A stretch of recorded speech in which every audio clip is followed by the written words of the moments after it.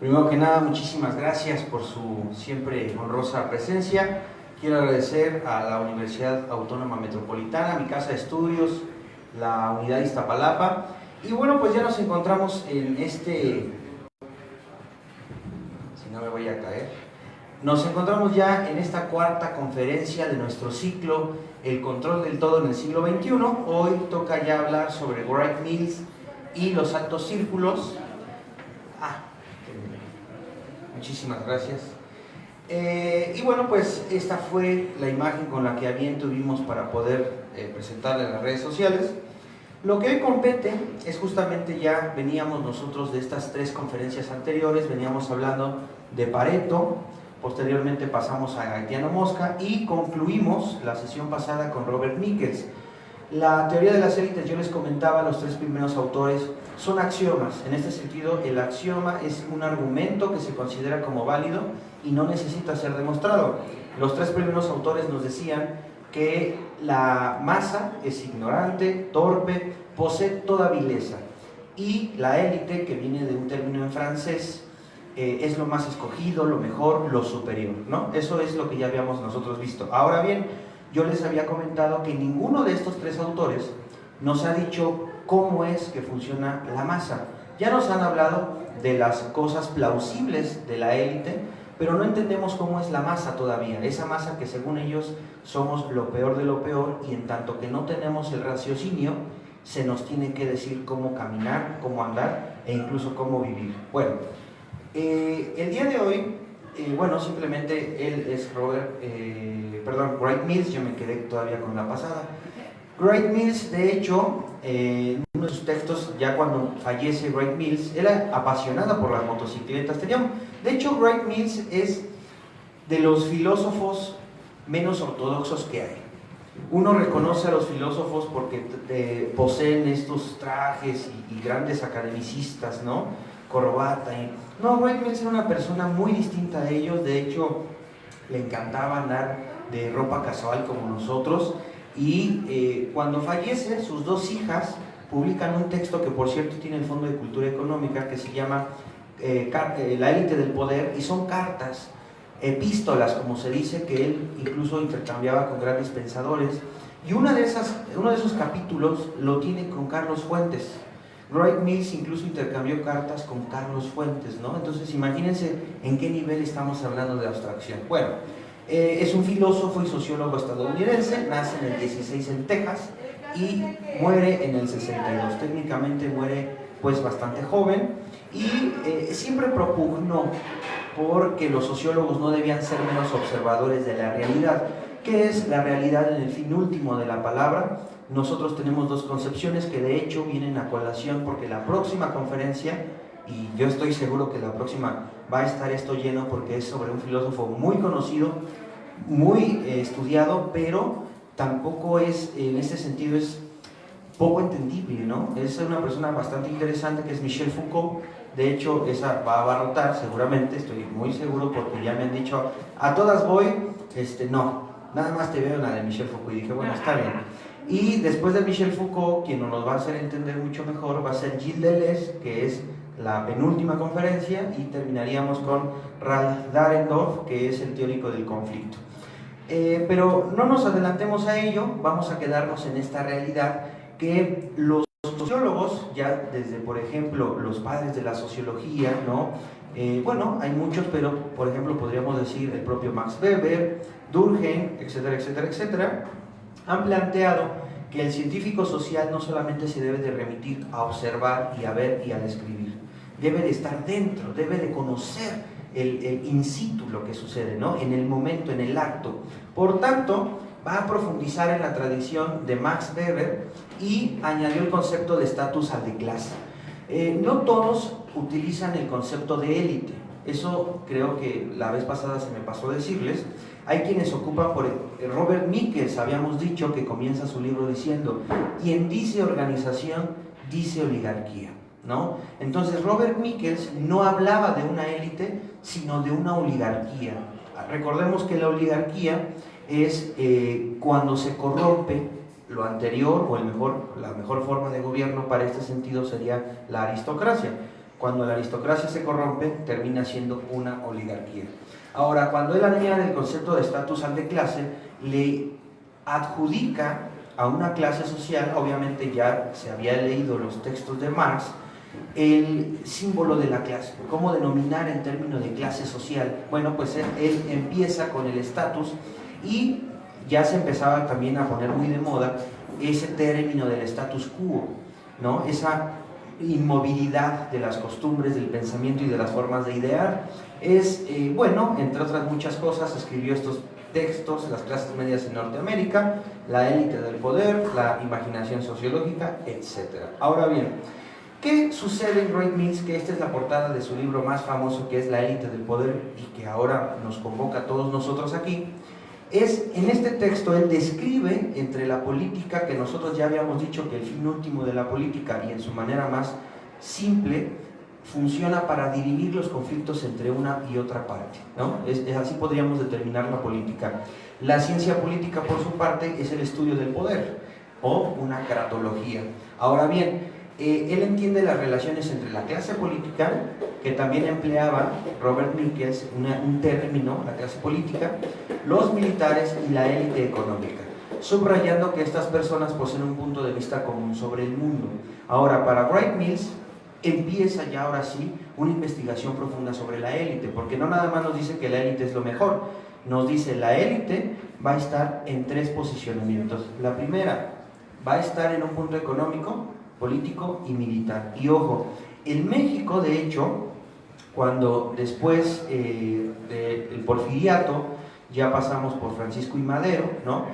Y por cierto, es la decena trágica, y no se nos vaya a ocurrir decir la quincena trágica como nuestra primera dama, o porque pues esperemos que no suceda, pero es en la decena trágica cuando Victoriano Huerta pues ya le estaba poniendo el pie a Francisco y Madero, que de hecho Francisco y Madero, junto con nuestro vicepresidente José María Pino Suárez, vaya que hoy estamos en una de las estaciones que lleva su nombre, fueron muertos en lo que hoy es el Archivo General de la Nación, ¿no? Antes el Palacio Negro, Lecumberri, y por ello la clase militar tenía mucha injerencia en México. No es sino hasta pasados varios presidentes en México que todos fueron generales, ¿no? Entonces se da cuenta uno que la clase militar efectivamente forma parte de la élite. Ahora bien, estas élites de las que Wright Mills va a hablar, obviamente Wright Mills se va a dedicar a hablar de las élites en Estados Unidos. Son tres grandes órdenes institucionales y ellos poseen una alianza basada en comunidad de intereses. Ya había sucedido, voy a hablar rapidísimamente sobre lo ocurrido específicamente en la URSS, ¿no? Cuando sucedía, por ejemplo, en el lado de la derecha teníamos a Bernstein, en el centro, o la socialdemocracia, estaba Kautsky, y en la izquierda, ¿no? o con los bolcheviques, estaba Lenin, ¿no? Y lo que decía Kautsky era justamente una situación que después vamos a entender con otro texto muy interesante sobre Claudio Katz. Kautsky decía, y cito de Claudio Katz, que lo que debe de convenir para la desmilitarización del mundo, de las grandes potencias, es que todos los capitales se junten en uno solo y entonces crees un ente ultraestado.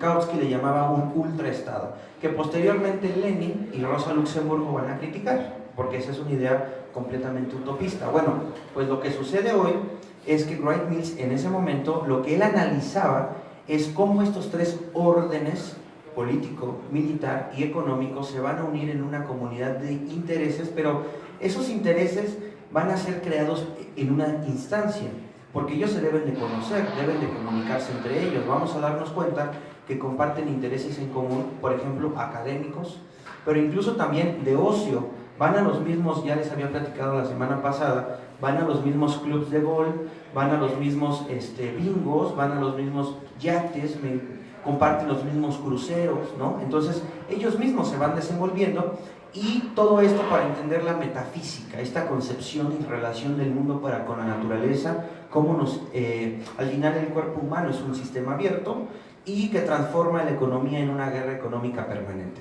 Para ese entonces todavía no se entendía el proceso bipolar que va a surgir después de la Segunda Guerra Mundial, terminada la Segunda Guerra Mundial. la bipolaridad que va a surgir entre las ideologías comunista y capitalista, ¿no?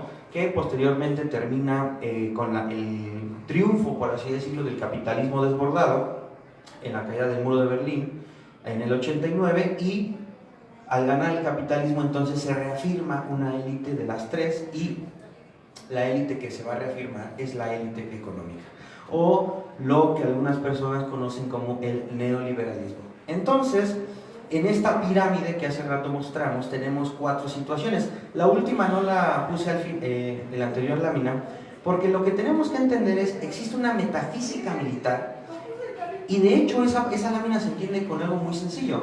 Cuando nosotros leíamos, o cuando nosotros entendimos la construcción del Estado en el ciclo anterior, no en este sino en el anterior, hablábamos que la conformación del Estado se llama así, porque pasamos de un estado de guerra de todos contra todos, como ya he dicho muchas veces aquí, un estado en donde el hombre es el propio lobo del hombre, en la inscripción de Plauto, el Homo homini lupus, para crear un estado fundacional, que entonces mitigue toda esa violencia, ofreciendo más violencia. Pero es una violencia legítima, va a decir Weber, con el monopolio legítimo de la violencia. Ahora, hay una corriente dentro del liberalismo que se llama el justnaturalismo, que dice que los derechos de los hombres son previos al Estado y que el Estado solo necesita garantizarlos, y Estado que no los garantiza, entonces a quitarlo. ¿Me explico? Y posteriormente llegará Jean-Jacques Rousseau con el contractualismo, y de hecho los contractualistas con los justnaturalistas posteriormente van a tener su auge en el llamado derecho constitucional, y va a surgir todas estas ideas del imperio de la ley. Bueno, ahora, poseen identidades de clase, se reconocen como superiores y separados del resto de la sociedad. Yo les platicaba, ¿somos nosotros los que los excluimos o serán ellos los que nos excluyen a nosotros? Y ponía un ejemplo muy burdo la semana pasada, que era, si yo me voy a vacacionar a Acapulco, no es lo mismo que me hospede en Acapulco Viejo, allá por Caleta y Caletilla, a que me hospede en Punta Diamante. No es lo mismo, ¿verdad? Simplemente, y como es una manera de exclusión, y esto hay que tenerlo muy claro. Hay una economista, una mujer economista llamada Eleanor Armstrong, y que dice que existe el bien de los comunes. ¿Qué sucedería si nosotros tenemos un valle que da riquezas en abundancia, pero que no es de nadie, no es posesión de nadie? Bueno, pues dice Eleanor Armstrong que esa posesión todo el mundo la va a explotar, porque como no es de nadie, no te va a preocupar que yo saque lo que tenga que sacar, pero ¿quién lo va a cuidar? Esa es la cuestión. Ahora, en este mismo texto dice Eleanor que entonces surge un Estado que pone reglas, y el Estado te va a decir, ok, es propiedad pública, como una librería, por ejemplo, pero para que tú utilices la librería y tengamos consideración de que no se van a robar los libros, ni mucho menos, necesitas sacar una tarjeta. ¿Cómo sacas la tarjeta o la credencial de la biblioteca? Tráeme un comprobante de domicilio, una identificación oficial, y te doy una credencial. Bueno, pero ¿qué acaso, y es la pregunta que surge del análisis de Eleanor Armstrong, ¿qué acaso no, al sacar yo una tarjeta, excluyo a aquellos que no tienen la tarjeta? Entonces ese bien común dejó de ser común. Ojo con esta idea, porque surge así la noción de propiedad privada que tanto hoy se desdeña en la cuestión neoliberal, pero así surge. ¿Y cómo se entiende entonces el examen a la universidad? La universidad es pública, pero no puede entrar cualquiera, en un sentido estricto de tener que hacer examen. Entonces, la cosa pública resulta ser que no es tan pública, porque es excluyente. E incluso, si yo gano un lugar en la UNAM, muchas personas se van a quedar sin ese lugar porque yo ya lo gané. Entonces, no existe en toda la extensión de la palabra la cosa pública. Eso es una mentira. Claro, utópicamente hablando, bueno, sí, todo es público, el metro es público, pero si yo no pago un boleto no puedo entrar, entonces no es público. ¿Me explico? Es esa cuestión. Ahora, hay gente que dice y puede contrarrestar mi argumento diciendo, bueno, pero es que el costo del metro es tan bajo que casi cualquier persona lo puede comprar, o se da el acceso gratis a las personas de la tercera edad, a las mujeres embarazadas, etcétera, etcétera, etcétera. Bueno, sí, pero entonces el término de cosa pública es una línea delgada, ¿no? A eso es lo que yo quiero conllevar. Bueno, pues todos estos planteamientos que hoy estoy elucubrando ya los había conocido Wright Mills. La tercera parte de la... supongamos que esta es una pirámide keynesiana, el que está en la cúspide es el mayor derecho, la metafísica militar, y me desvié, hice una grandísima digresión y no dije lo que tenía que decir con respecto a la metafísica militar, que es cuando se conforma el Estado civilizado, según John Locke, ¿quién tiene la fuerza para determinar y violentar a los que sean violentos? Y de hecho es una paradoja de Karl Popper. Karl Popper decía, ¿se debe de tolerar lo intolerante? La respuesta es que no. Entonces, no podemos tolerar al intolerante, pero al no tolerarlo nos volvemos intolerantes. Entonces, claro, esta es una paradoja que como la definición misma de la paradoja, nunca va a concluir. Es como la libertad. Quien haya visto Matrix me va a entender en esta analogía. Morfeo le dice a Neo, elige entre estas dos píldoras, le da una azul y una roja, y le dice, una es la verdad y otra es la felicidad. ¿Cuál eliges? Bueno, después de meditarlo, Neo elige la verdad. Y una vez que sabe la verdad, se arrepiente. Grita, llora, patalea y le dice a Morfeo, me mentiste. Y le dice Morfeo, no, solo te abrí los ojos. Bueno, pues esta noción de la película de Matrix no es nada nuevo. Ya lo había dicho Platón en el mito de la caverna, cuando el hombre que estaba asido, o no, amarrado, sujetado en la caverna sale, lo primero es que se cega, porque hay tanta luz que lo cega, pero poco a poco los ojos se van acostumbrando a la magnificencia de la verdad, y entonces cuando el hombre reconoce esa verdad, quiere ir y gritarle a los demás, miren, aquí está la verdad.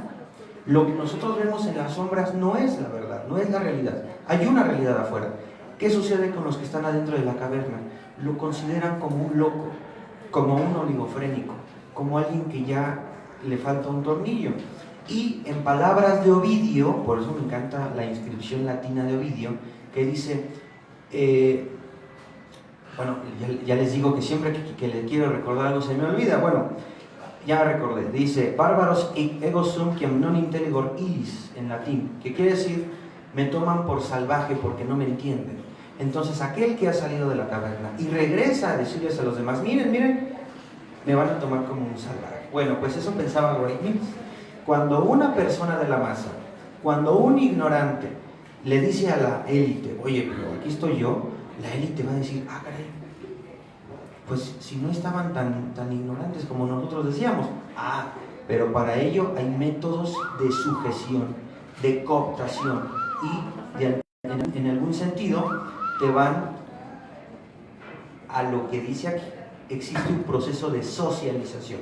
Ahora, ellos se socializan con nuevos miembros basándose en qué tanto ellos imitan socialmente a dichas élites. Lo que habíamos dicho la vez pasada, ellos se casan entre ellos y así formulamos los 4 niveles de esta élite, en donde no estamos nosotros, como ustedes pueden ver. Ahora bien, ¿qué decía Wright Mills? Bueno, él hablaba de dónde se concentra el poder económico en Wall Street, ¿no? En la Casa Blanca y en el Pentágono incluso. Y ahí están los 3 órdenes de poder. ¿Por qué? El Pentágono representa a la fuerza militar, que ya habíamos dicho, la Casa Blanca representa al poder político y Wall Street, como está conocido, representa la cuestión económica. Tenemos las 3 en un mismo país y no por casualidad, después de la Segunda Guerra Mundial, Estados Unidos tiene un auge muy importante económicamente hablando, posterior a los tratados de Bretton Woods y al Plan Marshall de la reconstrucción de Europa. Bueno, y él nos dice que en la sociedad norteamericana el máximo poder nacional reside ahora en los dominios económicos, político y militar, como ya bien lo hemos dicho. Pero ¿qué sucede con estos dominios? ¿Cómo es que realmente son dominios y no representan algo mundano o algo como cotidiano? Bueno, pues si regresamos a este tipo de pirámides, el primero es el metafísico militar. ¿Por qué? Porque sí, ahí está la cuestión de la intervención, ¿no? No existe la pugna en contra de la élite. De hecho, nosotros habíamos visto la sesión pasada en Robert Michels que una de las formas más viles para nosotros, pero para ellos más significativas de controlar a la sociedad, son los medios de comunicación. Y yo les había puesto una laminita con una mano y un títere abajo, ¿no? Y claro, nos modelan. Ahora bien, existe una vieja clase alta que, como no posee no intelecto, sino la última investigación, esto es la innovación, necesita forzosamente adquirir esta nueva información y, digámoslo así, desarrollarse con los demás. Por eso se van a crear los pactos, y dice autores, economistas en general, que la clase vieja, burguesa, va a asociar su capital con los nuevos capitales. Pero de hecho, y la sesión pasada también lo dije, en el texto, en el libro, la novela de Gato Pardo, ¿no? que por cierto es una película también, en Gato Pardo decían que cambie todo para que nada cambie, ¿no? Y es lo mismo que sucede aquí. Ellos, ¿qué pasaba en Gato Pardo? Hay una película muy famosa del Titanic, cuando llega una señora robusta, ¿no? Y asombrerada, ataviada de muchas joyas, y la mamá de Rose, que le dice: ay, me caen mal estas nuevas ricas. ¿Por qué las nuevas ricas le caen mal? Porque esta nueva rica había sido rica porque descubrieron cuestiones petroleras a su marido, ¿no? Se sabe en la película. Pero estas ricas, estas nuevas ricas, como les llama la mamá de Rose, no pertenecen a la misma categoría social que yo, porque yo sí tengo etiqueta, ¿no? Yo sí tengo clase. Esas ricas nuevas no tienen ni etiqueta ni clase. Pues ni modo, dice Gato Pardo, se van a tener que aguantar, se van a tener que sociabilizar con ellos y juntar sus capitales. Y a eso es a lo que nos va a dar origen a una nueva clase, que no necesariamente fue siempre la aristocracia. ¿Qué sucede, por ejemplo, con los que llegan a los grandes altos mandos de poder? No necesariamente surgieron de una clase dominante, ni mucho menos económicamente acomodada. Tal vez fue gente muy humilde que de repente llega a un nivel de poder muy amplio y empieza a mezclarse con la clase vieja, burguesa. Y entonces los demás lo tienen que aceptar porque el del poder es él, ¿no? O como decía Palpatine en Star Wars, el Senado soy yo. Bueno, pues así, el poder soy yo. Bueno, ahora bien, estos son simplemente 4 ideas importantes.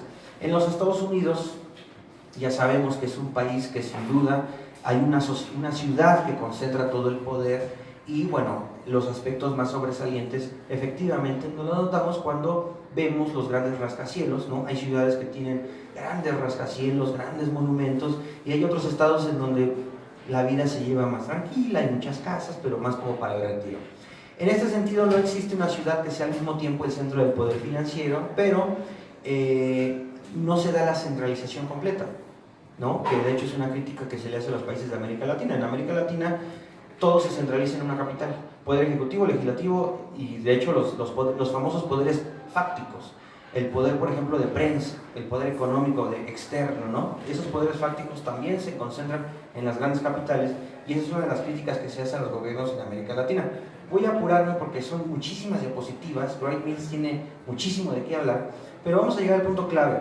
Las características de todo de toda esta cuestión es que las clases altas de las ciudades eran rígidas y estables. Eso ya lo reconocemos porque viene de una gran aristocracia, una burguesía clásica, ¿no? Que viene arrasando. Existían los linajes, y estos linajes venían de la época de la colonia, ¿no? Había gente que incluso tenía estos títulos honorarios, ¿no? Sir, conde, marqués, que por cierto, y muy a bien, ya Morelos en Los Sentimientos de la Nación inscribe que solo distinguirá a un mexicano de otro el vicio y la virtud. Por lo tanto, todo título nobiliario en México está erradicado. Así que, ergo, o por lo tanto, cuando llega aquí Paul McCartney, es Paul McCartney. No es Sir Paul McCartney. En México se le acabó los Sir. A Elton John también se le acabó los Sir. Entonces, no sigamos estas sirtes, como dicen los poetas, ¿no? No nos sirvamos de las sirtes o de los títulos nobiliarios porque aquí se acabaron. Bueno, pues las diferencias entre los grupos de las clases eran altas, eran de carácter religioso. Aquí la religión tenía mucho que ver. Nosotros, cuando planteábamos lo acontecido con René Descartes en el siglo XVI, habíamos construido que la idea teocéntrica, ¿no? Que la idea de es la religión o la fe la que te da la verdad, se termina, y lo que construimos es el antropocentrismo. Bueno, ahora bien, de hecho, en las altas esferas de la clase social, ser, por ejemplo, religioso, tener un religioso en familia era de mucho prestigio, ¿no? Tener en la familia por ejemplo, yo soy muy malo para los grados religiosos por obvias razones, pero me imagino que obispos y arzobispos, ¿no? Entonces, era de mucho prestigio tener a un tío que fuera obispo, ¿no? Entonces la familia tenía mucho más prestigio todavía. Posterior a la guerra de secesión, las clases altas fueron sustituidas paulatinamente, claro, por supuesto, porque fueron creándose nuevos ricos por unos nuevos y en este sentido, esta es la parte curiosa, mayores riquezas. Hay un texto que de hecho salió en Forbes de el señor de Microsoft, Bill Gates, y entonces Bill Gates y Melinda Gates dijeron, ya no vamos a, y es impresionante el texto, además muy rapaz, ya no vamos a contratar gente solo por los títulos. Ahora la fundación Melinda Gates, algo así se llama, va a contratar a la gente por meritocracia, uno, y dos, por habilidades, ya no por el título. Entonces aquí Bill Gates y Melinda Gates le estarían dando en la torre a esta parte de la mayor riqueza, ¿no? Porque ¿cómo es que no me vas a dar a mí el trabajo o esa posición económica? No, es imposible, ¿no? Bueno, pues eso sucede. Ahora, los rasgos que Wright Mills nos va a decir y que yo se los he debido desde hace 3 conferencias, por ejemplo, 400 personas que según esta agencia específicamente, que además se dedican a recuperar textos, líneas de tiempo, familiares, apellidos, nombres, quién se casa con quién, son grandes bases de datos. Estas 400 personas, según, eran las más elegantes y prominentes personas antes de la guerra de secesión. Ahora bien, en ella, por mucho tiempo se trató de proteger a las viejas familias de la clase alta. ¿Por qué? Porque daba estatus social. No es lo mismo que en el barrio, la colonia, viva gente de mucho dinero y con mucho prestigio, a que viva, como decimos en la cotidianidad, el hijo de vecina. ¿Me explico? Ahora, incluso no dejaban que nuevos ricos llegaran al barrio, ¿eh? Era así como cuando los edificios llegan a una zona de pura casa, todos los de las casas dicen, no, fuera los condominios y no sé. Bueno, pues así los ricos de alto nivel, de alto prestigio, aquellos que sabían sobre las grandes cuestiones del arte, decían, no, este rico, este pobre rico, de ahí la expresión de este pobre rico, no me va a venir a decir a mí que es arte, entonces que no esté aquí con nosotros. Y había una exclusión, pero ¿cómo lo vas a excluir si ese rico incluso después va a terminar comprándote tu empresa?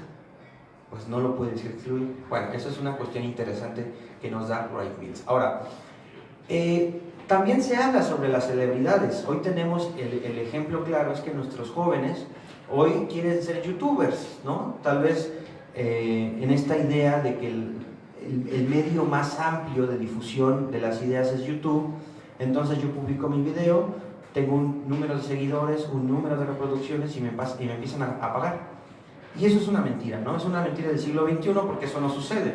Y si no, vean muchos videos en YouTube de jovencitos, de no más de 15 años incluso, que tienen sus videos y no los ve ni su abuelita porque no les sabe teclear. Entonces, es muy interesante porque las celebridades son algo inconcebible hoy en el siglo XXI como celebridad.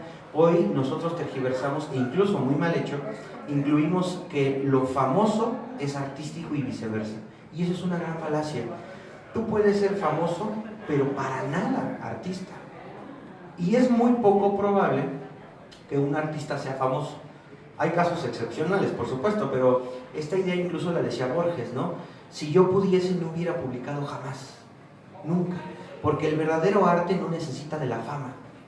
Pero ojo, mucha de la fama sí necesita arte, y vaya que por supuesto que sí, si no, no estaría inundado YouTube de mucha, pero en serio, mucha basura. Ahora bien, este mundo no ha sido creado como el de la lista de los 400 desde abajo, sino que desde arriba, desde las altas jerarquías.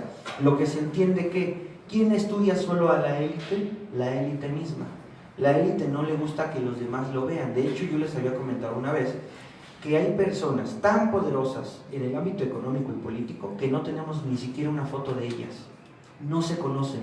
Solo se sabe que es el hijo de la familia fulanita, pero no hay nombre, no hay foto de tan poderosos que son.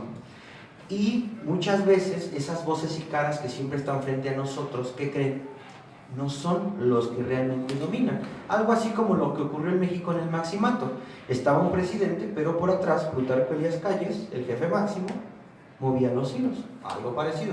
Bueno, siempre están de moda, pero pronto no lo estarán, como nuestros famosos de hoy por hoy. Bueno, en este mundo se mezclan, según Wright Mills, los habitantes del mundo de la fama, ¿no? Estas grandes celebridades que nosotros ensalzamos, la élite institucional, las personas que ostentan un poder político o de representación política, la sociedad metropolitana, todos aquellos que conformamos la periferia y el centro mismo de la ciudad, porque recordemos que la periferia al final va a ser aquella gente que labore dentro del centro, y el centro está por demás monopolizado. Y los profesionales de los espectáculos. Aquí lo dice muy bonito los profesionales de los espectáculos, pero nosotros podríamos entender como los grandes demagogos, aquellas personas que estando en un medio de comunicación masivo como podría ser la televisión, formulan una ideología para con los demás y entonces de alguna manera te hipnotizan, ¿no? Por así decirlo, claro. Ahora, esta sociedad parece ocupar la cima de la sociedad norteamericana, que sería en el ámbito en el que está hablando Wright Mills.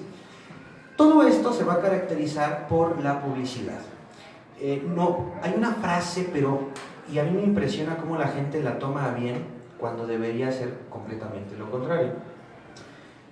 Aquella expresión que decía, si usted necesita preguntar por el precio de lo que sea, eso no es para usted. Bueno, no hay frase más excluyente que esa. Y existe, y fue eslogan, no voy a decir la marca, fue eslogan de una gran marca de autos. Si usted necesita preguntar por el precio de este auto no es para usted. Si a ustedes eso no les causa o no les enerva, es porque entonces no han comprendido que nos dominan y desde una perspectiva de la crítica, nos critican sutilmente. Nos están diciendo, a ver, tú eres masa, tú ni siquiera voltees a ver estos carros, ¿no? Tú sigue tu camino. Bueno, pues algo parecido. Ahora bien, esta publicidad va a ser una publicidad mordaz. Parece haber sustituido a la sociedad del abolengo, en Rousseau, por ejemplo, Jean-Jacques Rousseau, perdón las digresiones que hago, pero si no, no sería yo. Jean-Jacques Rousseau, en el discurso sobre las artes y las humanidades, nos dice que una persona realmente honesta, sincera, virtuosa, es aquella que se despoja de todo, incluso de la vestimenta misma, de los atavios, dice Jean-Jacques Rousseau. Y en este sentido, ya no poseen el gran abolengo e incluso al de la riqueza, por supuesto, porque son nuevos ricos que no saben ser ricos. Ha definido los campeones o ganadores y en este sentido hay miembros de la lista de los 400 que no necesariamente provienen de la grande élite, sino que ya son personas que fueron nuevas, con nuevas riquezas. Ahora bien, vamos a adelantarle un poco. Esto es lo importante, lo que está en negro, pero vamos a leer esta cita que dice que en las sociedades en las que el dinero es el valor soberano, fíjense bien, es el valor soberano, es el que tiene, como decimos nosotros, con dinero baila el perro, y es una expresión yo sé que muy prosaica, pero es así lo que está diciendo Wright Mills. El dinero es el valor soberano, el talento se mide por la capacidad para ganar dinero. Hoy no te preguntas qué es lo que quieres hacer, o para qué eres feliz en lo que haces. Hoy te preguntas, llega el niño y dice, mamá, quiero estudiar X carrera. No voy a decir carreras porque capaz que alguien se ofende. Quiero estudiar X carrera. No, ¿cómo crees? No, te vas a morir de hambre. No. Estúdiate ingeniería de las no sé qué tan nanotecnologías. Todo lo que termine en tecnología está padrísimo, ¿no? Pero yo no, tú estudia eso. Ah, porque entonces hoy vamos a medir el éxito con la capacidad de hacer dinero. Hoy todos quieren invertir en criptomonedas, por cierto, ¿no? Y sentimos que es muy fácil. Chin, hay gente que invierte y lo pierde todo. Ahora bien, el ingreso al estrato de los muy ricos supone una carrera económica con dos características centrales. Si nosotros queremos estar dentro de ese estrato, tenemos que cumplir con estas dos características. Primero, grandes saltos. Esto es, nadie ingresa a las grandes fortunas por el simple ahorro del excedente de su salario o sueldo. Esa es una mentira que nos han hecho creer toda la vida. ¿Cómo habrá logrado su riqueza? Trabaja, párate temprano. Mientras más temprano te pares, más. Esa es una mentirota del tamaño del mundo. Ahora, tuvo que haberse encontrado en una posición que le permitió aprovechar la gran oportunidad que esperaba. Pero ojo, esta gran oportunidad no es el cachito de lotería, y no es el melate que hoy sí me lo saco, no.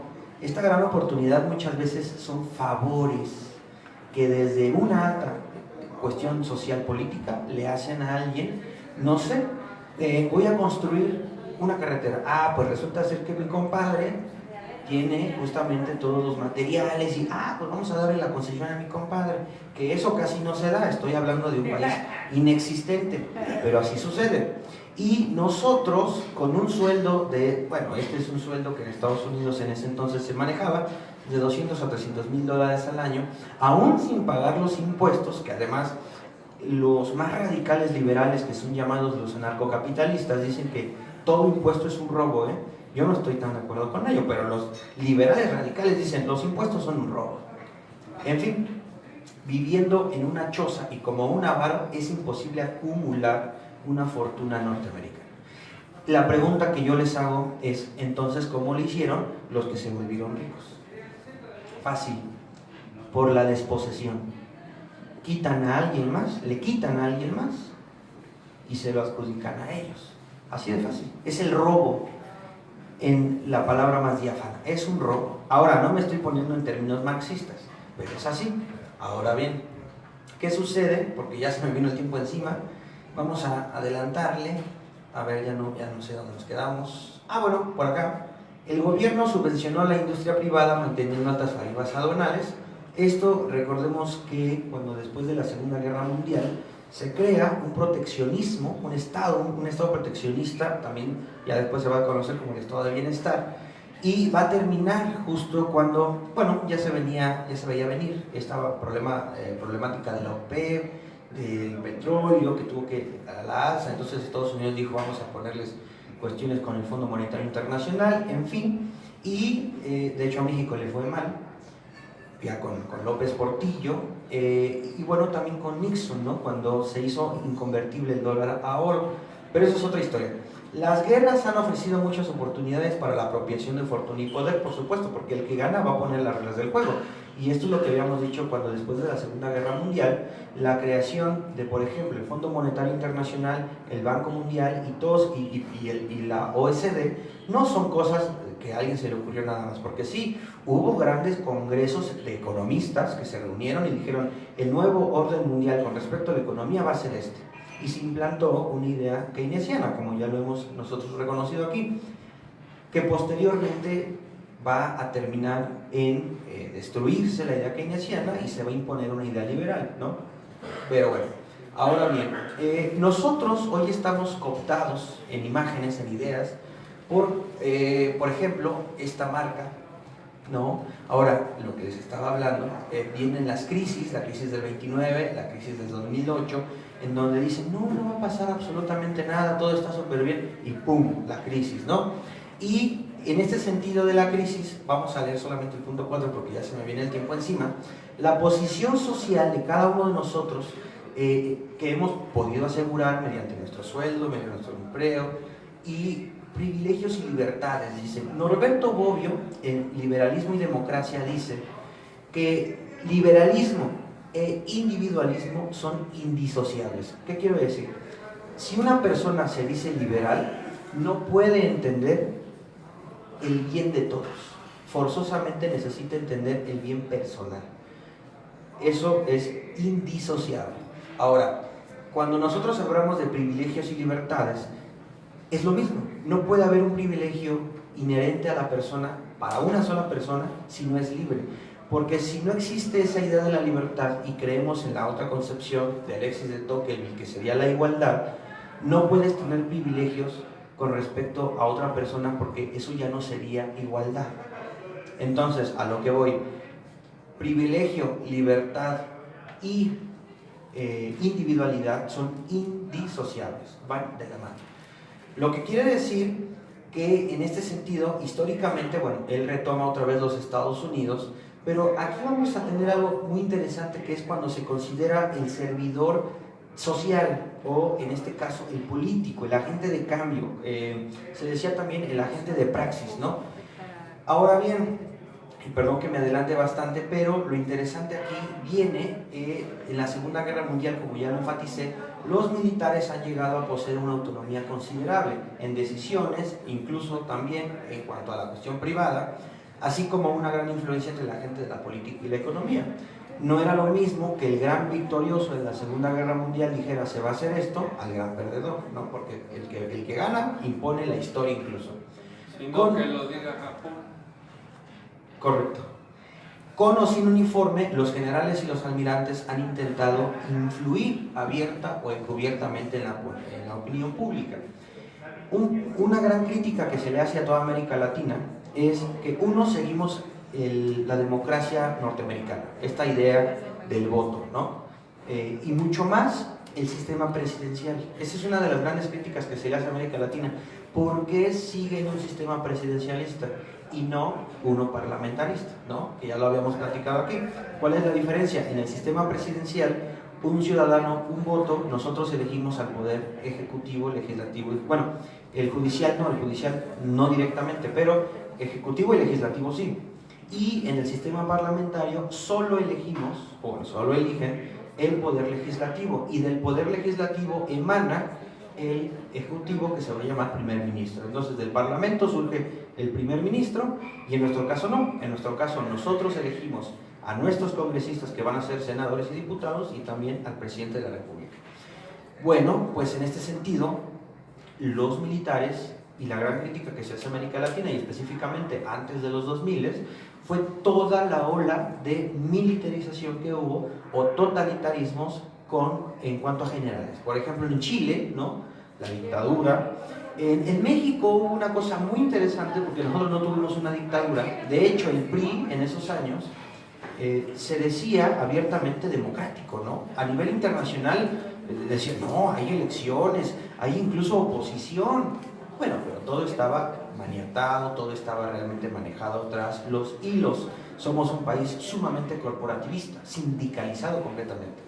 Y en muchas de estas acciones los militares abrieron camino en decisiones de las que no eran partidarios. Eso lo vamos a ver con Dahrendorf, cuando nosotros aceptamos una idea, la tomamos como nuestra, la asimilamos y la defendemos. Pero en esta asimilación nunca estuvo la correcta interpretación. Muchas veces defendemos causas que ni siquiera nos competen, y es lo que va a decir Ralph Dahrendorf en el conflicto en la teoría del conflicto, que tenemos intereses latentes que defendemos y ni siquiera son nuestros. Ahora bien, hoy por hoy son más poderosos que nunca en la historia de la élite norteamericana las personas que logran intervenir, no solo en lo económico, porque, y con esto voy cerrando, si nosotros poseemos el poder económico, político y militar, no, pues ya somos, en palabras de Thomas Hobbes, el gran Leviatán, ese gran monstruo articulado mecanicista que todo lo puede y es el soberano en sí. Ya no existe la democracia, ya no existe el poder general ni la voluntad de todos, existe la voluntad de un solo amo y señor que va a ser la élite. Ahora, y con esta lámina termino, Mills llega a la conclusión que en Estados Unidos hay un directorio nacional. Ya no me metí mucho en el tema porque no nos va a alcanzar el tiempo, pero estos directorios no son sino grandes grupos de gente de poder, o sea, los directores de los grupos, o hoy van a ser los llamados CEO, ¿no? O los CEO de las grandes empresas transnacionales, y que manejan ambos partidos, que estos mediante un complejo de comités electorales, porque van a estar relacionados con el poder político, controlan las decisiones políticas del país. Cosa muy curiosa, yo pongo a quien quiero que gane, y entonces pongo a mis candidatos, pero entonces, todavía peor, son las grandes corporaciones las que delegan a las personas la oportunidad de poder votar, pero es mentiroso ese tipo de voto, porque, bueno, vas a poder votar, sí, pero vas a votar por mis candidatos, ¿no? Según el autor, en Estados Unidos no existen partidos donde los políticos profesionales, esto lo manejaba, por ejemplo, Max Weber, cuando decía que tenemos la cuestión de las burocracias y los políticos que viven de la política o para la política. ¿Qué tenemos nosotros? Bueno, decía él, los políticos que viven de la política son los peores, porque son como unos zánganos, ¿no? En este sentido, el problema es de índole nacional, de un modo claro, responsable y continuo. Muchas de las imágenes de políticos que dominan hoy proceden, en realidad, de épocas anteriores. Entonces, lo que nos dice Wright Mills, y terminamos nuevamente regresando a Pareto, esto va a suceder, porque ya sucedió, está sucediendo y sucederá. Muchas gracias.